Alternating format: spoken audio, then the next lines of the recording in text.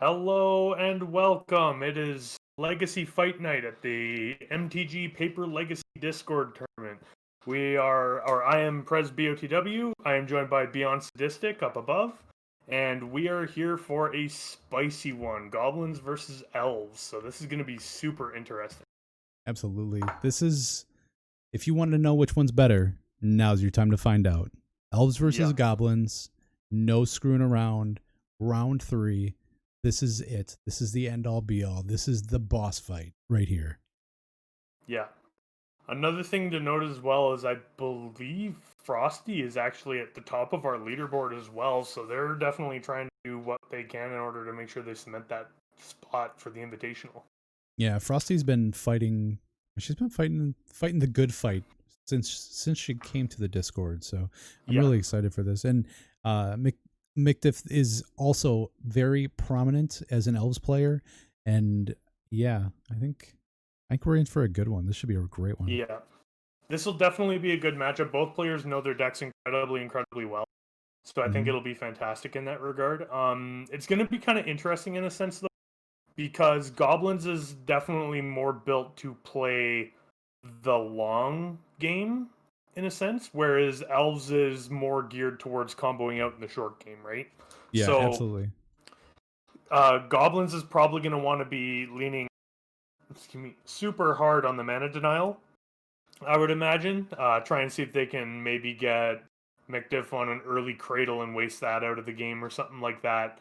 Just something to try and stop the Elves from gaining the advantage.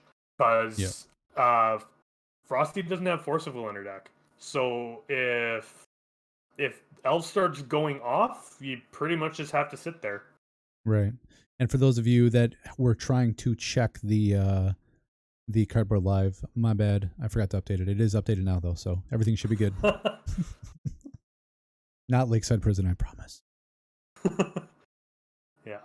So it looks like. So of note though, Frosty does have one main deck Pyrokinesis, which basically stands for Elves Slayer.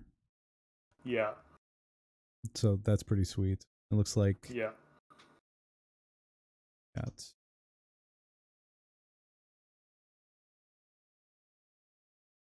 Looks like McDiff is resolving a Once Upon a Time, which we didn't get to see because his camera was paused. So. Yeah. There we go. And looks like we're going right into a Birchlore Rangers. So this is going to be potentially a very explosive start. Very fast. Then. If we get a fetch into a Nettle Sentinel, I'd be extremely worried if I was Frosty here. Right. Elves is so fast, but Goblins is so powerful. This is granted, Elves are very powerful too, and Goblins can be very fast as well. But this is going to be a great match. They both can have access to Plague Engineers, so they can hate out each other. This is just going to be a super cool match. Yeah. And as well, if I was Mick, I'd be very worried about the game going past turn 4, to be completely honest. Yeah, I would too. Goblins has a much more powerful late game. Yeah, there's going to be. I would say. That being said, though, if they're not actually removing what you're doing, in terms of if they're not killing your elves, then it'll just give you more time to go off, I would imagine. So. Right. A Frosty with an early Aether Vial, that's going to be a great enabler, though. There's your Nettle Sentinel. There comes. Bad. So you get this into the Birchlore Ranger now, and then if you get this into, because now the Nettle Sentinel can go in. If this is the second Nettle Sentinel, we're going off on turn 2. Ooh, it's a Heritage Druid. Heritage that's Druid. Still also good. Terrible. We haven't got the land here. Looks like Mike forgot the untap though.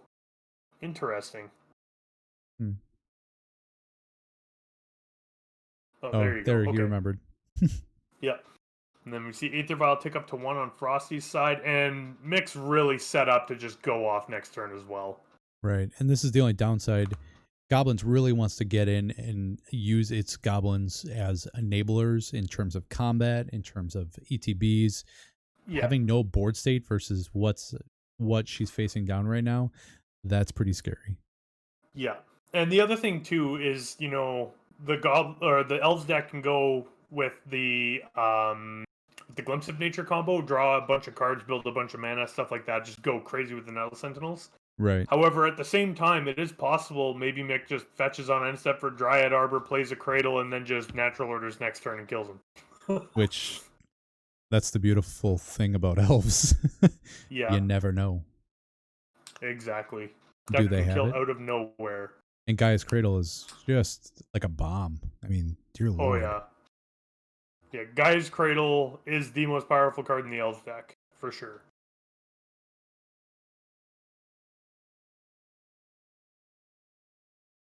So it looks like Frosty's going to play a Cavern. I'm assuming it's going to name Goblins. I would be very shocked if it wasn't. And there's going to be a Mogwar Marshal. Yep. Which is going to bring another buddy to the party. I love those silver bordered tokens. They look so good. I know. Is this going to be a Skirk Prospector? Yes. It is. Here Sack we go. Mana. Making a mana there. Making another mana and another mana. So we're getting Matron 3 here. Matron. Interesting. Guess what, Elf Boy? I can do this too. That's exactly what's happening. I wonder what they're going to grab, though. Chain Whirler in a heartbeat. Oh, yeah, that's a good point. Guarantee it. You're 1 mana short still, though. That's unfortunate. Prez, you've got a text. Yeah. I did. I apologize. It wasn't me. I promise. So this Chain Whirler will be very backbreaking. Yeah, absolutely. When it comes down. Of note, though, the Nettle Sentinel will survive the Chain Whirler. Right. Actually, you know, it'd be great. Allosaurus Shepherd into pump in response to your Chain Whirler ETB. That would be so heartbreaking. Not like I'm scripting this out or anything, but holy crap, I haven't seen that one yet. Yeah. And Mick is also on 3 Allosaurus Shepherds as well. Yeah. Which is gross. They're not gross. They're awesome. And for all of you watching, you want to see more gross and or awesome stuff, !Discord in the chat. It'll get you a link to the MTGPL where we play Paper Legacy all day, every day. Yep. Yeah, and it really does fire off pretty much all day, every day. All hours, even. You get, Eurasian groups out there as well. So it's any time of day you can find people looking for games. Yeah, 1,500 players. There's a lot of people all over. It's such a blast. Being able to moderate this amazing community is such an honor. Really good. I agree. Really enjoy it. It looks like Mike's doing some math here, some Elvish math. Yep. Can I win right now?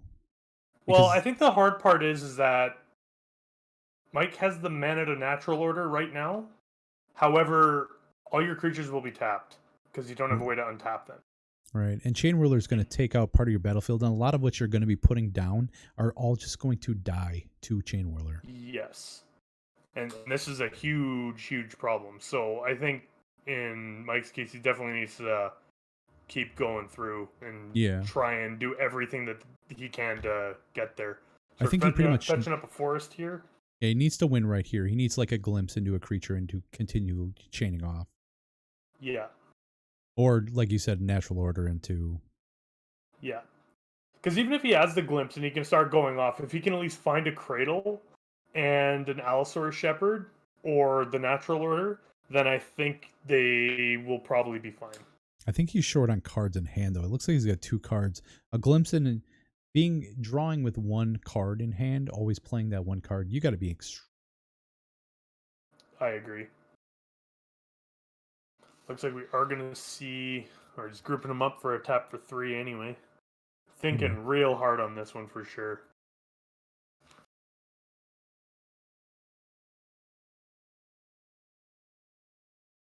It's also hard too because you also got to think about with the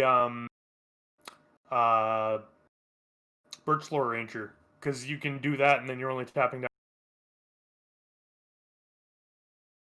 Right. Nope, he is going to tap. There's the green. 3. There's a Nettle Sentinel on tap. Triggered to untap. Yep. So now we got 2 floating.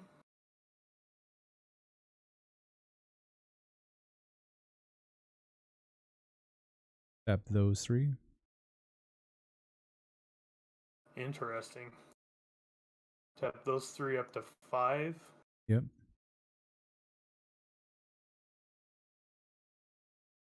I can't imagine the last card in his hand is anything except for natural at this point.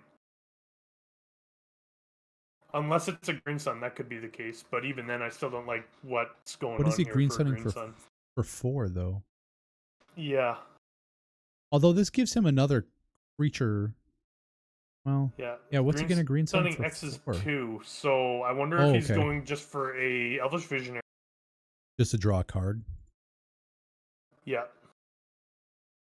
Well, if I'm Frosty, I absolutely love this play because it means that you got pretty much nothing.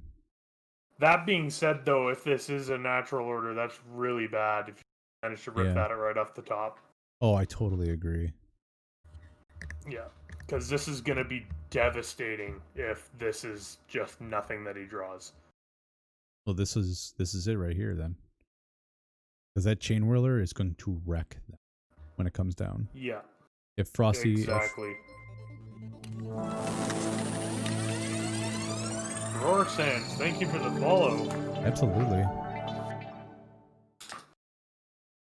If Frosty's got another land...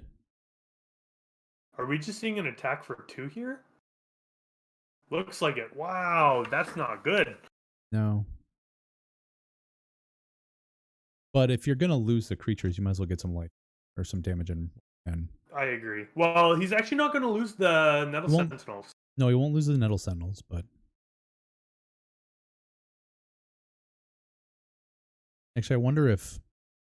Is green sunning for a Wirewood Symbiote so you can bounce another one? That's what I was almost wondering about.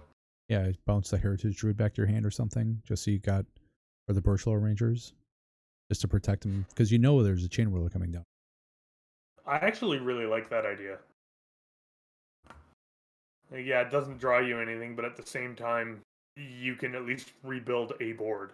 Well, you were like Bon Jovi's road crew there, living on a prayer, hoping to draw, the answer to win the game right there too. Yeah. So it looks like Chain Whirler. You're gonna see Chain or Mick just scoop it right all up. Yep. That's not for the whole game, but that's the whole board pretty much. Yep. That being said, Nettle Sentinel is a good creature to be left alone with after a board wipe because any Heritage Druid or Birchlow Rangers, you're back in this, provided that you can actually draw some stuff. Right. And then Frosty attacked with Matron? The Skirk Prospector. And I actually like that because that you're offering up to trade the Skirk Prospector for the Nettle Sentinel, which has 1 damage marked on it. Yep. Good call. So we're getting a... Ooh, there was a Birchlow in hand. Wow, what a good draw.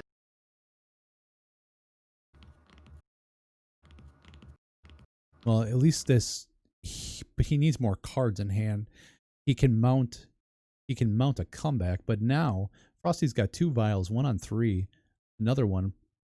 Plus you can't play a Cradle now with Frosty having a Wasteland. Yeah. Yeah. Which I think is exactly... This is exactly the position Frosty wants to be in versus Elves. Oh yeah, absolutely. She's in control right now.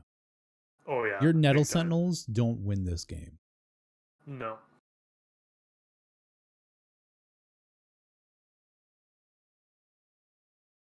That being said, though, I'd still be worried about a natural order because both those Nettle Sentinels being able to attack, that natural order could be very bad. Oh, I agree. That I do agree.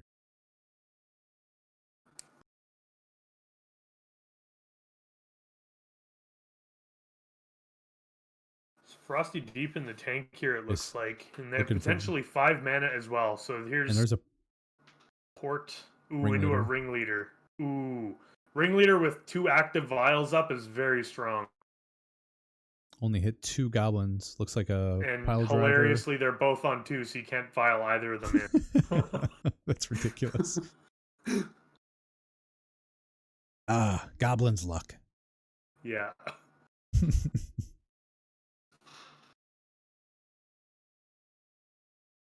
Well, and Frosty did play a port, so she is able to get in with a little bit of mana denial too. Yeah.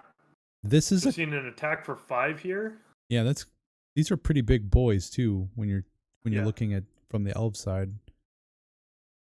The other thing too is there's no way to profitable it having first strike and being a 3/3 means even if Mike throws all 3 creatures in front of it, you're still good. So Right. I like what Mike's doing here is that they're going for the Dryad Arbor on end step, and I think they kind of just have the top of their deck and hope to hit a natural order here. Right. I think that's about all they can do. Because then they Yeah. can tap the Dryad, tap the 2 forests and the 2 Nettle Sentinels for a mana, cast it, sack the Dryad Arbor, and then just go. Vision. Yeah, Elvish Visionary here. Draw a card. Is that it? Is that the answer? Well, it's something. Symbiote. Ooh, that's a good pickup. I like the Symbiote. Now you can bounce the Visionary back to your hand and draw cards. Yes, which is very good. And then do that. And then what you do is you return the Visionary back to your hand, untapping the Birchlore Rangers with the 2 mana floating in pool. Or untapping the Dryad Arbor, either one works. Yep. Then you recast out the Visionary again. Another thing of note for people who are unfamiliar with it, what Mike is doing here is when he flips the Wirewood Symbiote upside down, you're only allowed to use turn, so they're just doing that to indicate they have used that copy of Wirewood Symbiote to use the ability. Right. We do the same thing with Quirion Ranger, Wirewood Symbiote. Yeah. Even on the Goblin side, pre-modern and Goblins or Elves, they also do the exact same thing. It's just a nice way to indicate, hey, I already activated. Yeah. And it's also good too, because when you're chaining or when you're going off with we've seen end step Lackey here. Oof. Yeah. When you're just going off with elves, you end up playing. I've played 4 symbiotes and 3 Quirion Rangers in one turn before, and it's really hard to keep track of which ones you have and haven't used. So upside down makes a big difference. Yeah, I agree. Super helpful. Like Chaotic Bear says, tapping Planeswalkers once you use them. Absolutely, especially in a Super Friends deck. You want to make sure that you don't activate something you shouldn't, and you are activating everything that you can, too. Yes. It's just like putting a die on top of your deck to make sure you remember a trigger. Yeah. So it looks there like Frosty actually ticked up the other Aether Vial to 4. Which means she's getting ready for big boy. Yeah. Yeah. Although with the Skirk Prospector, I wouldn't honestly be too worried about it myself. No, but then, this attack for 5 here. This really big attack. It allows you to keep your board state too, though, if you can get up to 5 and drop your Muxus that way. And she does. She is running 2 Muxus in the main board too, so she is going to eat the Dryad Arbor, and plus keeping port up too, being able to take him down a mana also.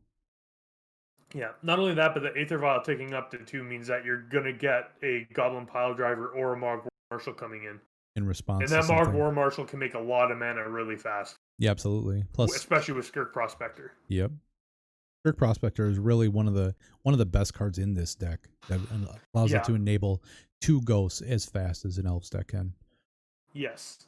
And that's actually one of the things too, is when I've been playing Goblins for a while, and I actually play Goblins and Elves, but when I was adding in, or when I first started adding Muxus to the deck, they were playing a lot of Skirk Prospector, and I was kind of wondering about it. And even when you're not trying to cast a Muxus, Skirk Prospector with Mogg War Marshal is so good. Yeah, I totally agree. So good. I mean, it's a 1 mana 2 creature or 2 bodies. I mean, that's awesome. Yeah. Also of note, Mike picked up the Elvish Visionary on Frosty's end step as well, and here we see a cradle. Oof. So that's going to tap for 3, right? Or not? Tap for 4. Or 4. Sorry, Nettle Sentinels tapped. Yeah, tap that for 2. 1. Cast the Elvish Visionary here. Yep. So if there's a natural order, I totally support this line of play because that'll untap both of those. And then the other thing as well is your cradle just taps straight up for 5 here. Yep. There it is. Casting natural order, sacking that. So all your creatures now have haste. Yep. And there goes Craterhoof. Creator Hoof Behemoth. So this is 1, 2, 3, 4, 5. So all of Mike's creatures get +5/+5. So you get 10 on the Creator Hoof, 7 on each Nettle Sentinel. So that's 24 plus another 12 from the symbiote and I guess the Birch Lore is tapped, so the symbiote will come in. But yeah, that's over 30 trample damage right there, and it looks like Frosty's just gonna scoop it up. Yeah, Wow. creatures you control gain trample and +X/+X. So he does not give your creatures trample or haste. It's just Crater Hoof. Yeah, Crater Hoof does have haste on its own. Yep. So that was a pretty awesome game one. I mean, let's be honest. Yeah. That was I was thoroughly impressed with that. As far as, not having the Elves player, go off right away, and as far as having Goblins going with a good comeback from that was a fantastic game one. Right. So let's take a look at sideboards here really quick. On Frosty's side, she's got 2 Grafdigger's Cage, 2 Lightning Bolts, 1 Pithing Needle, 2 Pyroblasts, 1 Relic of Progenitus, 2 Surgical Extractions, a Goblin Trash Master, 2 Mindbreak Trap, and 2 Pyrokinesis. I love Pyrokinesis here. Absolutely love it. Absolutely. And just the fact that she's already running 1 main deck, having 2 more is ridiculous. Yeah. I also really like Grafdigger's Cage here because it turns off Greensun Zenith and Natural Order. Right. I don't think Surgical's that good. Mindbreak Trap could be interesting, but you'd only use it on spell, which I don't think is worth it. And they don't really... I could also see Pithing Needle, maybe, in terms of a... like a Wirewood Symbiote? In terms of turning off like a Wirewood Symbiote. Yeah. Yeah, Mindbreak Track, I definitely agree. There's no... I mean, they don't play... They're not responding to their own triggers, generally, a whole lot. Yeah, exactly. With things that you can counter. Yep. That's what I'd be thinking on that end. On the Elf sideboard side, we have 3 Abrupt Decay, 2 Choke, 1 Collector Oof, 4 Leyline of the Void, 1 Progenitus, 1 Scavenging Ooze, and 3 Thoughtseize. Well, I think if it were me, I honestly think I would take the Abrupt Decays and the Thoughtseizes. I feel weird bringing in Thoughtseize, but I really want to get rid of Muxus or a Lackey that would come down that I have to stop right away. I don't think Scoo's being a big body because you can eat a lot. You still have to kill a lot of their stuff to be able to eat a lot of their stuff. Goblins do sack a lot with Skirk Prospector, but I think I do like the Progenitus, but at the same time too, your Crater Hoof is just as good. Yeah, I think that with control being less of a thing in this particular matchup, I think the Crater Hoof's good enough. Yeah, like absolutely. To me, I like Progenitus a lot when it's against a deck like Grixis removal in it. I really like Progenitus against a deck like that, where it's just a 10/10. I'm gonna Half-Life you every turn, and you can't stop unless you edict my entire board. Right. Yeah. Or Toxic Deluge X's 10. Which is really bad if they've already hit you for 10. Yeah. Yeah, I agree. The Thoughtseize is I that's my reasoning for it. Just to be able to strip away something that and on Mike hasn't seen any Pyrokinesis either. So yeah. It's kind of hard to tell what's going on there. Abrupt Decay I think would definitely be good, but at the same time you're spending a turn casting a spell that doesn't actually advance your board state that much. Right. So it's kind of hard. Yeah, and the Thoughtseize hurting yourself, but I don't know. It's not a great choice. But yeah. If I were Frosty's going to be on the play, I would be more so worried about a Lackey dumping a Muxus early. Something along those lines. And then I agree. Then you're screwed. But I'm assuming Mike will also have an early 1-drop put down to block Lackey too. And you want to talk about a deck that gets upset about Chalice on one before printing an Allosaurus Shepherd? Elves. Yeah. Yeah, tell me about it. Like 80% of their deck. Yeah. Oh. Well, for everybody hanging out with us tonight, I really appreciate you guys all sitting here watching us, listening to us talk while we're telling you what's going on the screen. We are the MTGPL, and we are a Legacy Discord. We do nothing but Legacy all day, every day, except for Fridays. Some Fridays we do other stuff like pre-modern or old school or Pioneer. We haven't done that yet, but we will be doing soon. Modern was last Friday. But yeah, this is what we do all day, every day. This is our Legacy Fight Night. We do these Tuesday. Saturdays are our weekly challenge. And we have a league that runs every month. So yeah, thanks for hanging out with us. My name's Beyond Sadistic. Yep, I'm Prez as well. Yeah, actually our league just started today, and we have 56 players this month in the league, which is huge. So thank you everyone for signing up and for participating in that. It'll be a really good time. Yeah, the league has grown quite a bit over the past 3 months. I mean, it went from 2 months ago, the last month being double what it was. And this it grew, 18% this month. Huge. Yeah. And it's super casual. You get 2+ weeks-ish. So yeah. Sealed is a little difficult. But we have done Jumpstart with each other. You just open up Jumpstart packs. So that's about as sealed as we've gotten. Yeah, sealed's kind of hard because you got to open up the packs and then your opponent sees everything in the deck, such like that.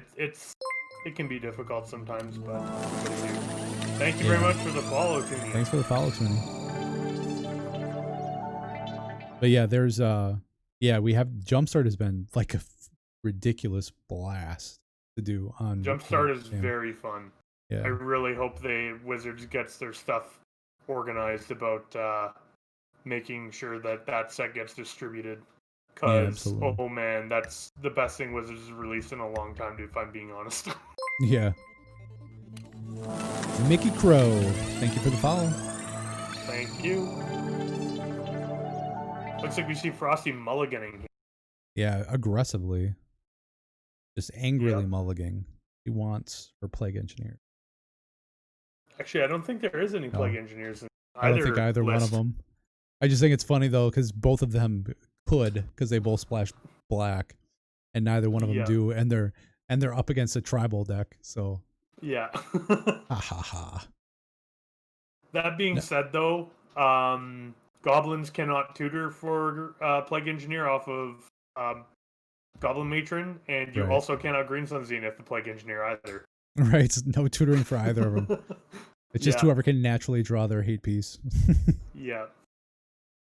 Yeah, because at least with a lot of the other decks like Control running a Plague Engineer in it, you have the cantrips to be able to dig for it. Right, absolutely. Frosty's looking at her 6 right now, and she's keeping that. Yeah. And she's going to be on the play, so let's see what we do. How much you want to bet? Aether Vial. Sim Goblin there again. Ooh, Skirt Prospector. Right off the bat. Yeah. So this looks like a slow start from Frosty, but at the same time it could potentially get very, very fast. Right. Yeah, I agree. Feel silly doing this in a Goblins deck. But I'll put Goblins on there. Yeah. Looks like we're getting a Green Sun for 0 from Mike, it looks like. Yeah. Go get a Dryad Arbor, little self ramp. Yep. The elf ramp. Mm-hmm. Dryad Arbor's such a good card in a Green Sun Zenith deck. Oh my goodness. Yeah, absolutely. It's almost free. I mean, for God's sakes. Oh yeah. Plus, I love being able to tutor or being able to fetch for a Dryad Arbor in response to an edict. Yeah. To a combat. I mean. Yeah. Nice 10/10 without trample block. Yep. So one downside of Night of the Reliquary. True, no trample. Yeah. Frosty's gonna drop a mount. And just pass back, it looks like. Yeah. It looks like they got in for 1 with the Skirt Prospector and then just passed it back. Oh, I didn't even see.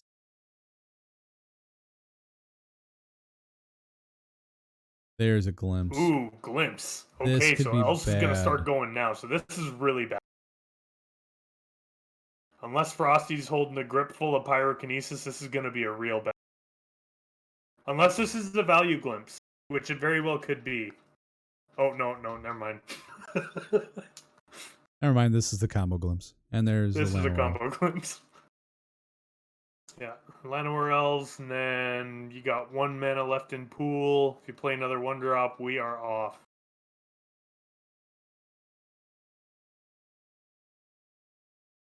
This is suspenseful. Yeah. Oh, is that really going to be it? He it? Totally Wow, did. okay, Oh my it was god, just a he value passed. glimpse. Although, I mean, who knows what he drew off of that? But that was, I thought it was game time. I've done this before as well. I'd just be worried about getting that cradle waste. I was just gonna say, if this is a wasteland that comes down, you're kind of that was kind of a waste of a cradle in a sense. Unless you had 2 cradles in hand. If you had 2 cradles, I could totally that turn. But another cavern. Oops. Chain Whirler. Ow, this is bad. Oof. The elf reset button. Yeah. And then crunch for 1. Man, Chain Whirler is so powerful. Yeah. I remember when that was in standard. People hated that card. Hated it. I thought it was such a great fun card. Actually, of note here as well, Mike is on pure non-basic lands right now as well. Yeah. Just getting a hard cast once upon a time, because Cradle taps for nothing if you don't have creatures. Yeah, that's the worst part about Cradle. The best part is that it's ridiculous. The worst part is that it does nothing for creatures. Yeah, there's been so many hands I've had to mulligan that it's been absolutely bonkers. And there's 2 lands in it, and Elves is all 1-drops, and they're both Cradles. Yep. So the hand may as well not have any mana in it. Yeah, that's up. No, that's not allowed. Nope. Yeah, okay. He cannot do that. He's allowed to tap his Cradle, but he cannot make mana. Off he caught it. Yeah. Frosty. What are you going to do, Frosty? You got 3 mana. You got 4 power. I like to just crunch in here for starters.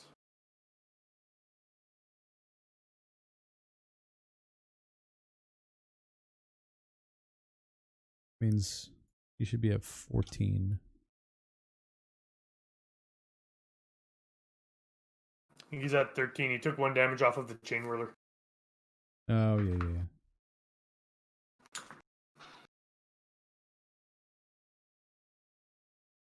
I missed that one.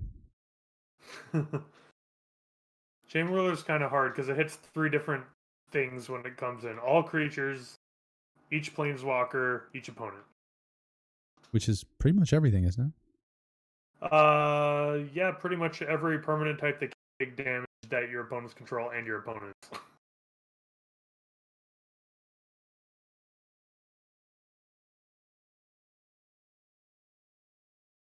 So it looks like we got Frosty deep in the tank here. Yeah. Which means she's planning, what can I sack to make mana, to make more creatures, to make more mana, to sack to make... This is the Lego building blocks. Well, and this is it too, is if we see a Mogg War Marshal here, we could see a Muxus. Yeah, that is true. Although I don't think there's going to be a Matron there. Matron. Okay. So if this grabs a Muxus, then we know Muxus is coming down next turn. And that's always the hard part I find, is in this particular board state, you'd have to clear your whole board in order to play the Muxus. And the thing is do you crunch for 5 before playing the Muxus, and then risk hitting a haste creature and then you lose out on the attack? Or do you just play out the Muxus now, lose out on the 5 damage, and then if you hit a Goblin War Chief, you're just living in Magic Christmas? I honestly think I attack first. Yeah, I think that's probably the safer thing to do, especially if you're on an empty board. Grabbing a Crater Maker here, interesting. So that makes me think the Muxus is already in hand. Well, right. Although, if she got a Mogg War Marshal also, that would do it too. Yeah. Wasteland. Ooh, that's bad. That is super bad. Because in response to casting a creature, eat the guys. Yeah. Or if they just pass it with nothing going on, you can just hit one of the bayous. True. Nettle Sentinel. Here's the Nettle Sentinel. I think now is when you pop the Wasteland off, yeah. Cradle is such a powerful magic card. There's a Ranger. Yep. So of note here, though, Wasteland's really bad now. Cradle. Oh, we did have a second Cradle. Ow. Although having a second Cradle or having one on the battlefield is way better than him. I still like Wastelanding the Cradle there for sure because with the changes to the Legend several years ago, you can tap it. He would have been able to tap for 2, Legend rule, tap for 2 more. Yeah, absolutely. I totally agree. Eating that guy's Cradle was 100% the correct move there. Yes, I agree. Looks like we're deep in the tank here now, though, because Mike still has 1 green floating, and he has potentially 3 more that he can tap for.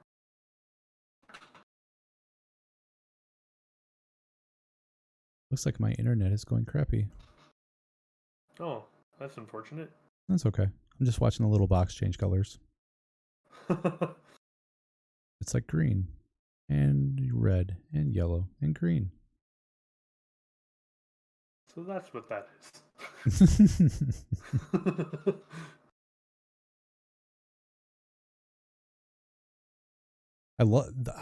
This matchup is so awesome because intense. in any time and either one of them could just be like, I win. Yeah. You know, it's so great.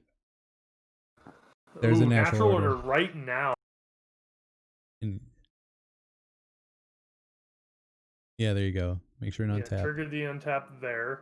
So of note, you can't use a Quirion Ranger or a in response. Wirewood Symbiote in response to the natural order. You have to sack the creature before that happens. So it looks like we're just getting a Crater Hoof now. Interesting. Oh yeah, no, he did start off with the Nettle Sentinel this turn. So the Crater Hoofs is just coming in for 8, it looks like. And that's it. I mean, that's still 8. Yeah. I'm assuming he knows that there's something coming next turn. Yeah. But he missed the Well, the other thing, too, is Crater Hoof being a 5/5 is a good block as well, especially against something like... True. Yeah, the Chain Whirler having first strike is really mean.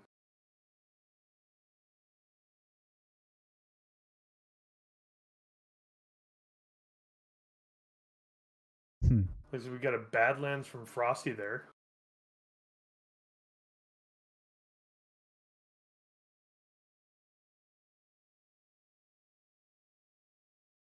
Does Crater Hoof coming down change your game plan if you're Goblins?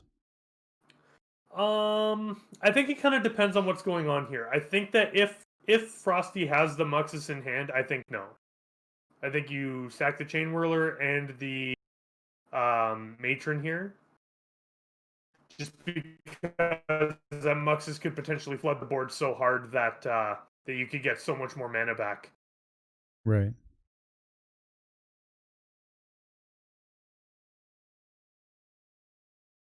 And that's why I wouldn't sacrifice the Skirk Prospector, I guess. I mean.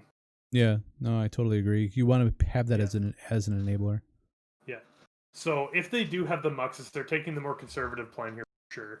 And I think if I was in Mike's position, I would totally block the Skirk Prospector here.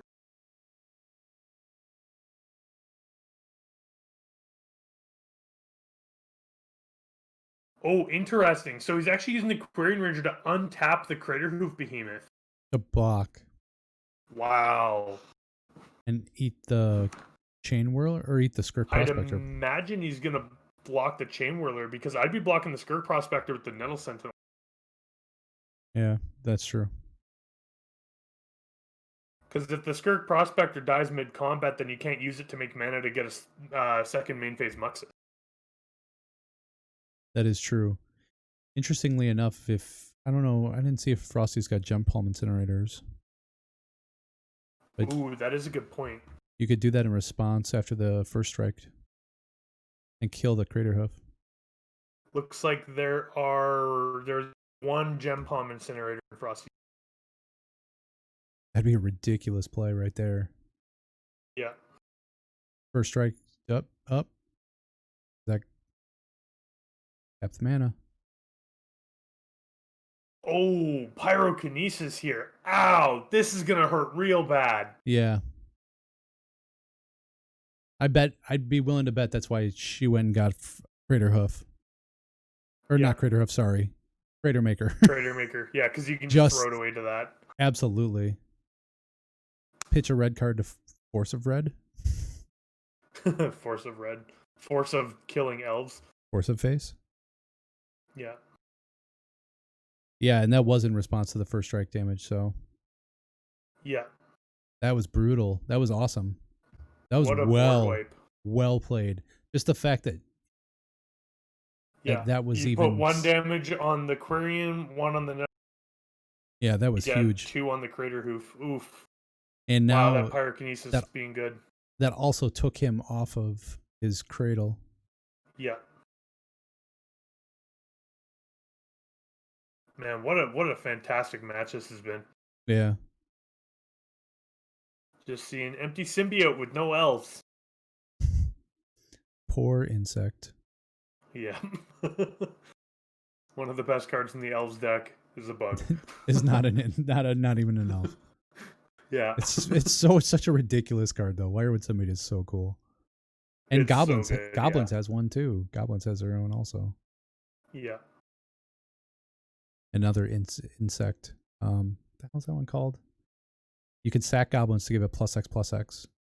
Or no, +2/+2. It is trample. Oh, I can't even. I don't know that card off the top of my head, which is bizarre, but it's in my pre-modern Goblin deck. Oh, nice. Now I have to look. Now I have to scribe.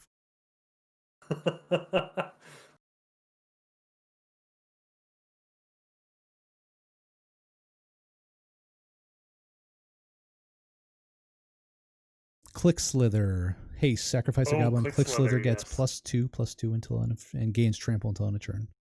That's awesome. Granted, it doesn't bounce your goblins back to your hand, but no. Looks like Frosty's just deep in the tank here. Well, I think she's probably trying to figure out, do I do this now? That one card in her hand has got to be a Muxus. I'd imagine so.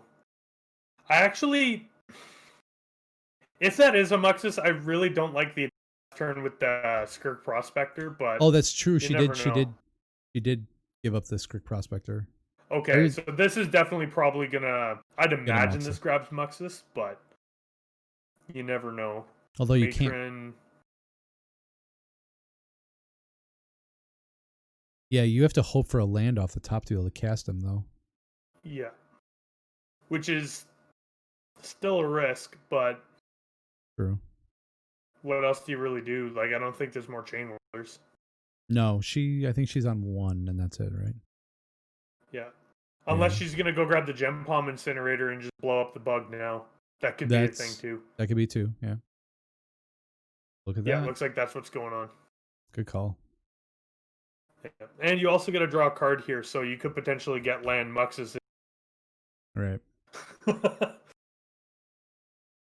Mike's going to play a force and probably pass here. Yeah. It's going to be an end step Mike's on cycle. 1 card in hand? Yeah, 2, I thought.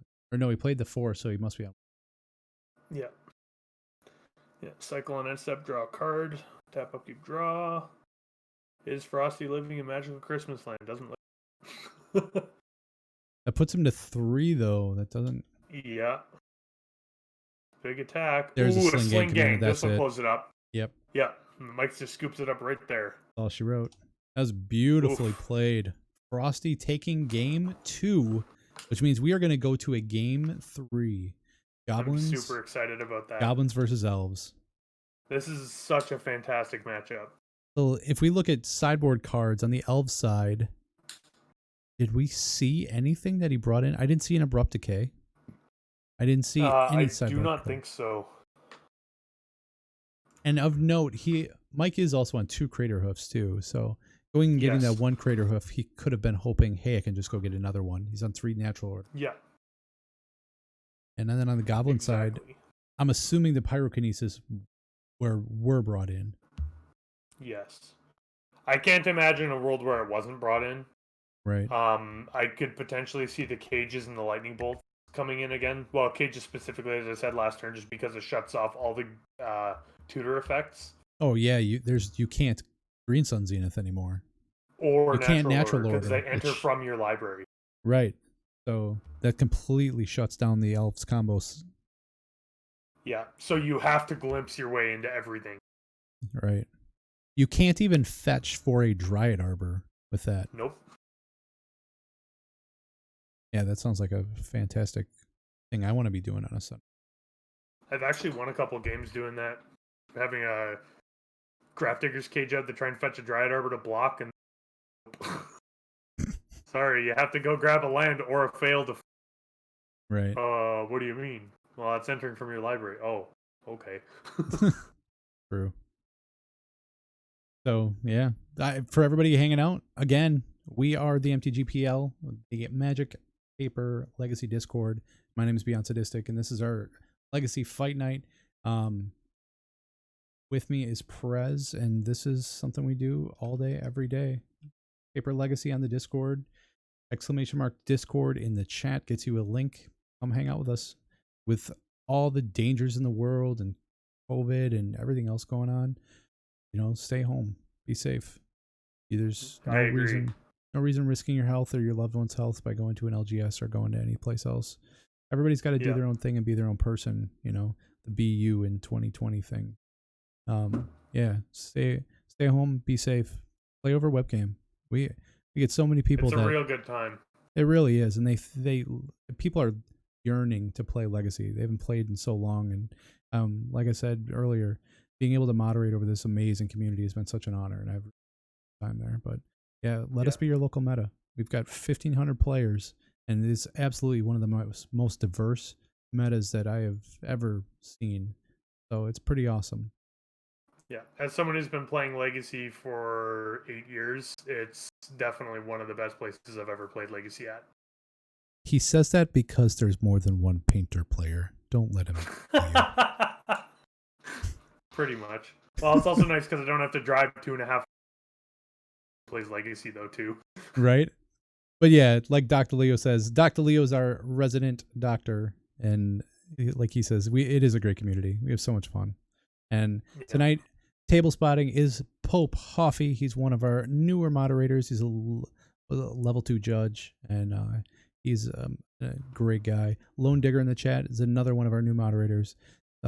Just another awesome dude. Mr. Jack Dex was here earlier. We really appreciate it. So yeah, Chaotic Bear was here as well. Oh yeah, moderator Bear. there. Mr. Thanks Lands. everyone for coming to hang out as well, even if you're not a moderator. Yeah, we like non-moderators also. We are a fan of them. Yeah. So Frosty went to go get some water, and Mick is shipping back his 7. It looks like so. Yeah. Lone. Why did you let them play that deck? That deck sounds miserable. Urza and Echoes. Echo of Eons. Looks like Frosty's gonna ship their 7 back too. I remember the first time right after Narset came out in War of the Spark, I built a Painter Servant combo deck running a bunch of Lions Eye board with Narset.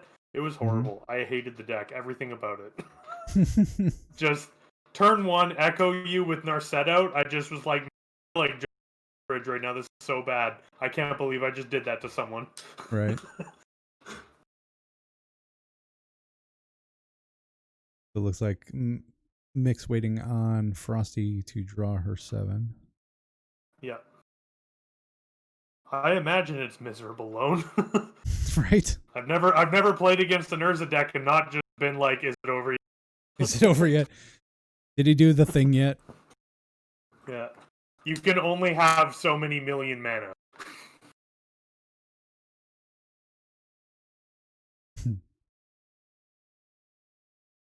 And it looks like Frosty. Drum roll. Yeah, I agree. That Dark Red playmatic is ridiculously cool. Yeah. Looks like Frosty's going to keep 6. And Mike is going to keep 6 also. This is it, guys. This is the final round. There's no World Gorger Dragon. This is going to be it. Yeah. And Mike's going to lead us off with a forest. And a Llanowar Elf. Or a Nettle Sentinel. There we go. And he's off to the races. Yeah. Nettle Sentinel's also a fantastic start as well. Oh, absolutely. Because you can actually attack for the 2 and then also untap it on block duty here. And there's so Mike can totally just crash into the lackey and then also untap it and block. Yep. Which is amazing. Because, again, most decks would not attack here if they don't have a creature. No, absolutely. But being able to cast another Sentinel and untap. Oh, that's so good. This may Especially be... if he's got another land here. Which he does. This may be... This may be it. Allosaurus Shepherd. Oh, Allosaurus Shepherd. Wow. So that's of note, super strong. And I've actually had this happen before, where I one time attacked with the Nettle Sentinel on turn 2, and then I proceeded to go off with Glimpse of Nature, and then my opponent was like, "You've already attacked this turn," after I natural ordered Craterhoof, and I was like, "Oh." Uh-oh. That's why you always... That's why you turn them upside down. So you know you already swung sideways. Yeah. So if I'm Frosty, I'm actually not a big fan of this board state I'm looking at here. No, and unfortunately, nothing you can do at this point can really get rid of them. You can eat a Nettle Sentinel. Yeah. Of note as well, Mike doesn't even need the Craterhoof right now anymore, pretty much. She could have brought in the Lightning Bolts too. That'll deal with the Nettle Sentinels pretty well. That's true. Or Pyrokinesis just eats all of it, and that's all that she wrote. Yeah, well, one of the Sentinels will survive, but yeah, true. I think you definitely kill the Allosaurus Shepherd here if you can, because if Mike's able to go, play, well, I guess he can't technically go 6 this turn, but the Cradle makes 3 mana next turn. And all he needs is 6 mana, and then all his creatures become 5/5. Right. Well, that's just it. You have to kill that. It's the mini Craterhoof. Yeah. Man, Frosty's still just sitting on that one land, though. I know, that's the worst part. It looks like she's asking about the... Unless Frosty's deciding on what to do. Yeah, it looks like she's asking about the Shepherd activation, so... Gotcha. Yeah, 4 green elf creatures you control become 5/5 green dinosaurs until end of turn. Right, which does not hit Wirewood Symbiotes either, so... No. Hilariously, though, if you actually Craterhoof, all the activation does is it ups the base power and toughness, so they still get the +X from the Craterhoof as well. Holy crap. It'll just, your 1/1s, if they're 10/10s, they'll become 14/14s. Right. And yeah, they do not have trample. No. Looks like Frosty plays out Bloodstained Mire.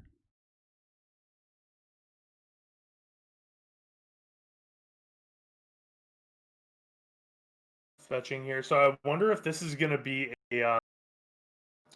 if we see the Badlands, I imagine this is a munitions expert then? Yeah, just to be able to take the Nettle Sentinel out. Yeah. Nettle Sentinel or potentially the Allosaurus Shepherd. But I think I'd probably take it the Nettle. Yeah. Right.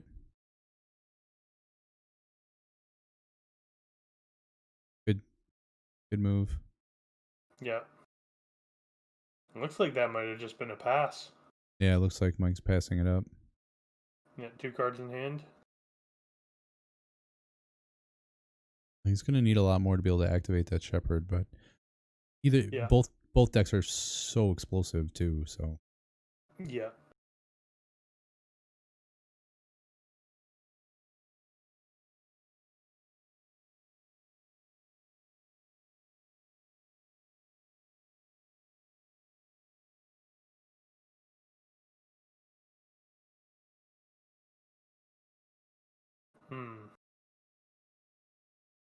This is a bit of a slow start here from Frosty, even still. Same thing with Mike as well, but I still like Mike's position a bit better, I'd say. Although that being said, all it takes is one pyrokinesis and Mike's board state's just completely reset. Well, and we've seen that a few times already too. Yeah.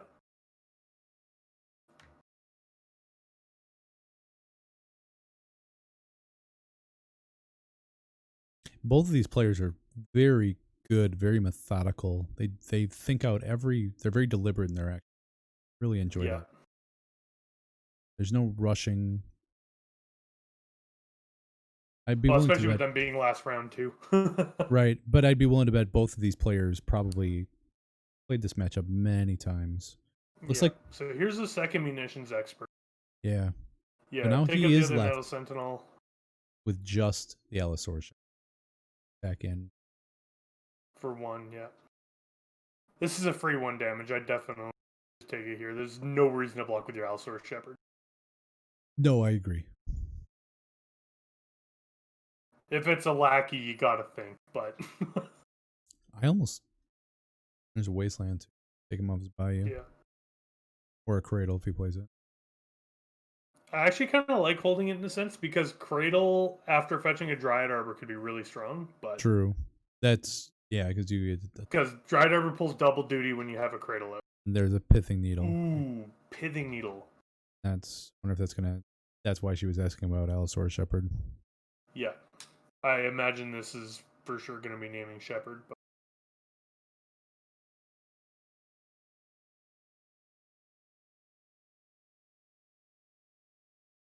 And Soon Hoffy. Wirewood name's Symbiote. Wirewood Symbiote. Interesting.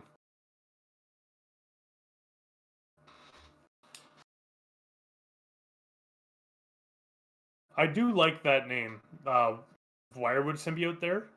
Yeah, I agree.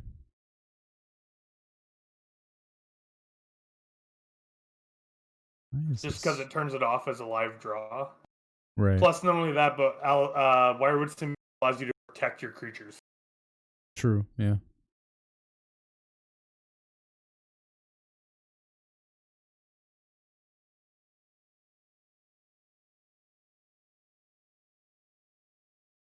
So he did go fetch for a Dryad Arbor. Yeah.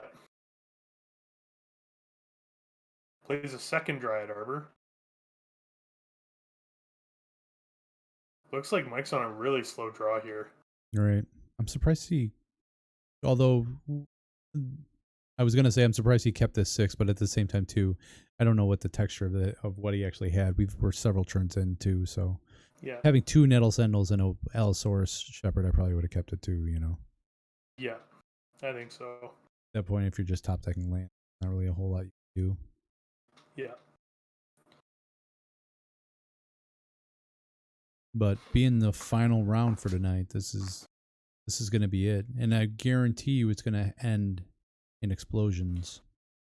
Yeah.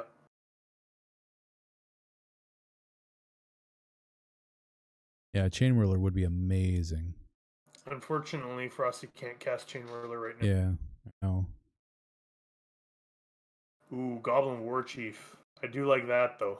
Yeah. Because everything cheaper on top of having the haste, and I like just crashing in here with them. They've done their job already. Yeah, if they go, that's not a problem. So those two are going to get in for 2. Yeah. It's kind of scary, though, even just to think that with how slow of a draw this Elves draw has been, the fact that a Cradle is just potentially lethal at any point is just horrifying. Right. And it doesn't take long to get there either.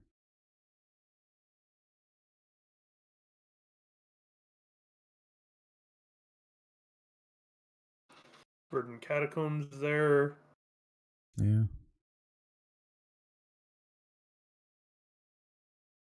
The problem is Mike's seen this Chain Whirler multiple times, and it's pretty much wrecked him every single time. When he builds up this board state, it just gets knocked down so quickly. Yeah. He really needs to find a spot and go for it when he can, instead of doing this incremental. Because he's sitting on 3 lands right now, technically 5 with the Dryad Arbors. Yeah.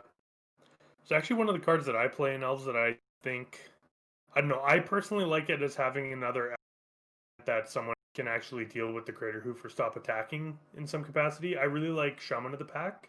Yeah, I Just do as a too. one of. It plays so nicely with oh my goodness, why can't I brain? It plays super nicely with Wirewood Symbiote, being able to pick it up and hit you again. Yeah. And he Drains a did lot of life, gets around Hexproof. He did natural order and Gets go get. around Bridge. Yeah. So natural ordering here, so +3/+3 to each of them. So that's 4/12 on, sorry, 4/8 there, +8 there. So that's 6. This is 16 damage with trample coming in. Right.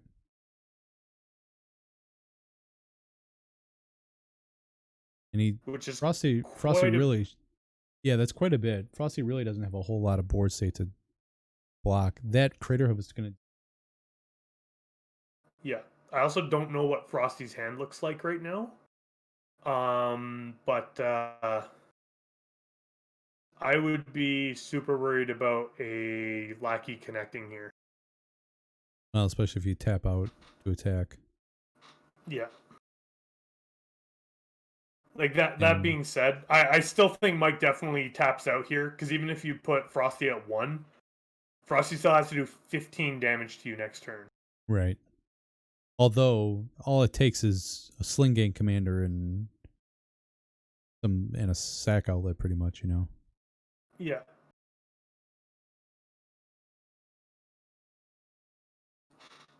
So do you?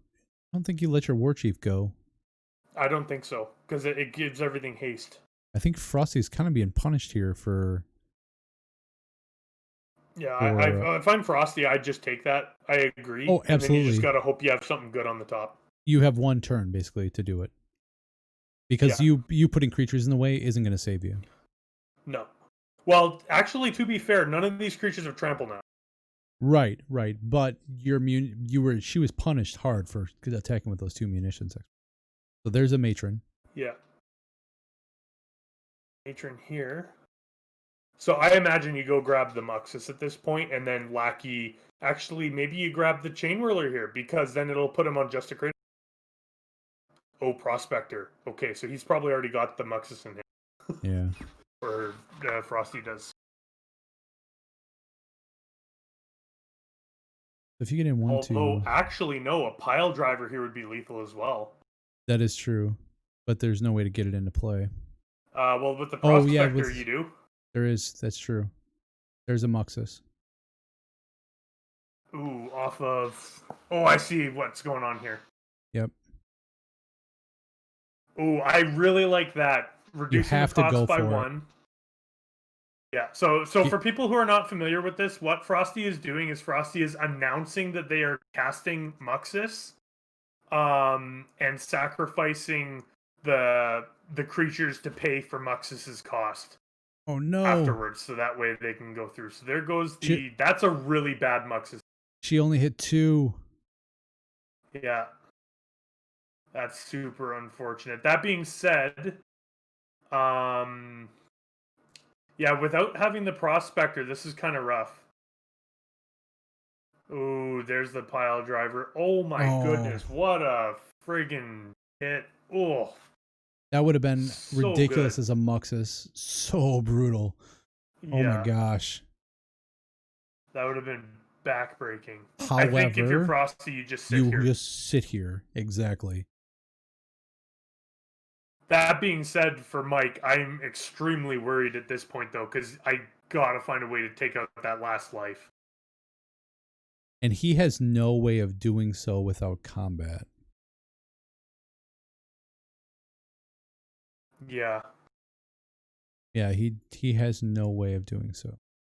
On that note, Shaman of the Pack here would be just lethal. I've heard of that. Is that a good card? Oh yeah. Oh yeah, it's good. I love Shaman of the Pack. For those who do not know, Shaman of the Pack is 3 mana for a 3/2 green/black 1 elf. When it enters the battlefield, each opponent or target opponent loses life equal to the number of elves you. Yeah, it's each opponent. Very, very good card. No, target opponent. Okay. Ugh. So in a one-on-one format, it still does functionally the same thing. It's still brutal. It gives Elves a ton of reach in another angle that it generally doesn't have, being able to drain. It's a great one of. I don't think it's not like I'd never run more than one of them. Actually, when it first got printed, I saw someone completely forego Crater Hoofs entirely and run 4 of them in the main deck, and oh my goodness, that was brutal. I mean, it's really I think in Modern they play 3 or 4 almost. Yeah. Well, I think that's probably because they don't have natural order to get a turn 2 or Crater Hoof. Right. Well, right.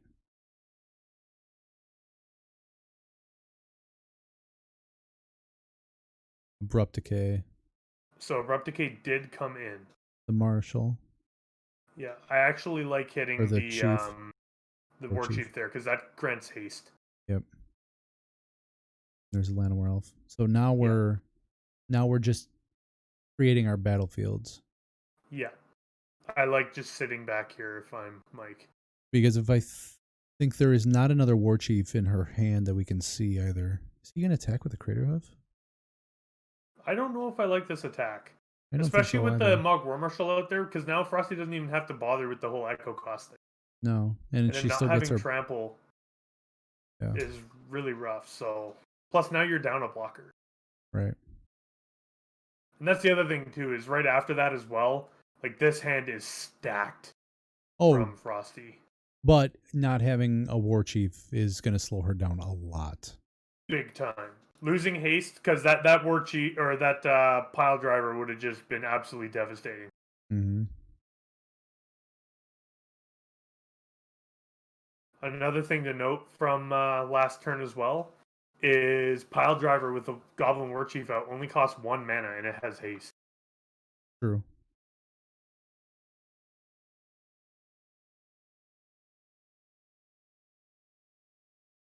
I like playing the Pile Driver here because that is a must block next turn.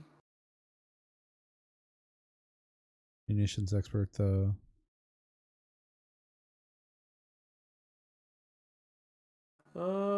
I think I'd probably take the Allosaur Shepherd here myself, but I could be wrong. Apparently I am. Yeah, Crater Hoof. I mean, either way, Mike has to tap all of his creatures to activate his Allosaur Shepherd right now. Yeah. So it would only pretty much affect itself. Yeah. Which, does it affect itself? No, yeah, he does affect himself. Yeah.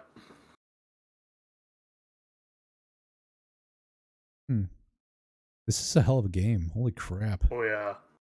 All 3 of these games have been real nail biters. Yeah.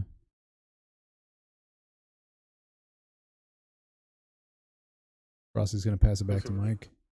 Yep. Is this it? Was that the magic card? Was that what he needed? No.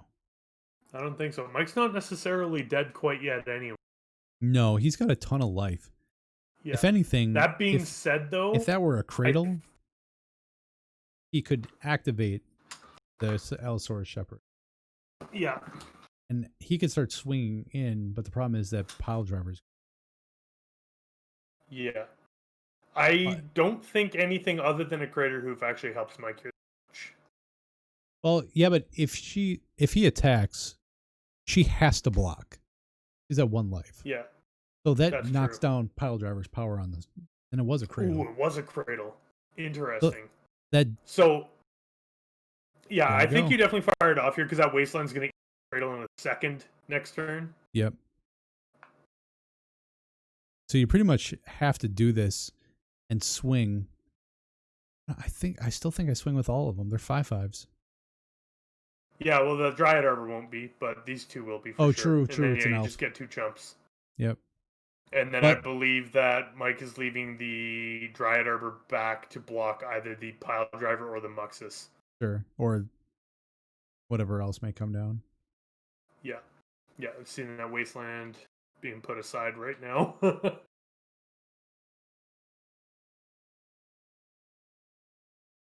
However, interestingly here... Eat the Cradle. Okay, so they're going to fire... The Dryad Arbor. They're hitting the Dryad Arbor. Absolutely. This is a lot of damage. So that's an extra. That's 7 from Muxus, and that's also 7 from the pile driver. That's 14. That's just lethal. Muxus is gonna get +3/+3, and pile driver is gonna get +6/0. Holy crap! That is it. Holy crap! Wasteland did it. Wow, what a fantastic game. Wow, that was awesome. Yeah. Thoroughly impressed with that. Excellent play from both players. Yeah. So that is going to bring our Legacy Fight Night for October 6th to a close. Tonight we saw some 3 amazing games. We learned that Goblins are better than Elves. We learned that Dark Depths is the biggest fish in the sea. And we learned that Grixis Control, is it good still? We'll leave that one up to you. So my name's Beyond Sadistic. Don't let anyone tell you otherwise. My name's Beyond Sadistic. I've got Prez with me. Thank you to all of you guys for hanging out with us for all night. We are the MTGPL. Hashtag Discord in the chat. We'll give you a Discord link to come and join us. We have 1,500 members. We are a lot of people's local meta. Come let us be your local meta. We do this every Tuesday night. It is a good time. We do this every Tuesday night at 7 p.m. Eastern. We have our weekly challenges on Saturdays. We have Friday F&M that starts at 7:30. And generally, we just like hanging out and talking about Legacy. If that's something that excites you, you should come join us. Prez, what do you got to say? It's a real good time. I think this is excellent. Played by a reminder coming up at the end of the month. Yeah. For anyone who is still able to play, we've been keeping track of points since August, and it's a quarterly invitational. Any match wins on Legacy Fight Night in our monthly league, which unfortunately has already started if you haven't locked in yet. But for all the players who are there, they still can go. And then any Saturday challenges will earn you points towards the invitational. So if you ever want to try and get in there, make sure to check that out.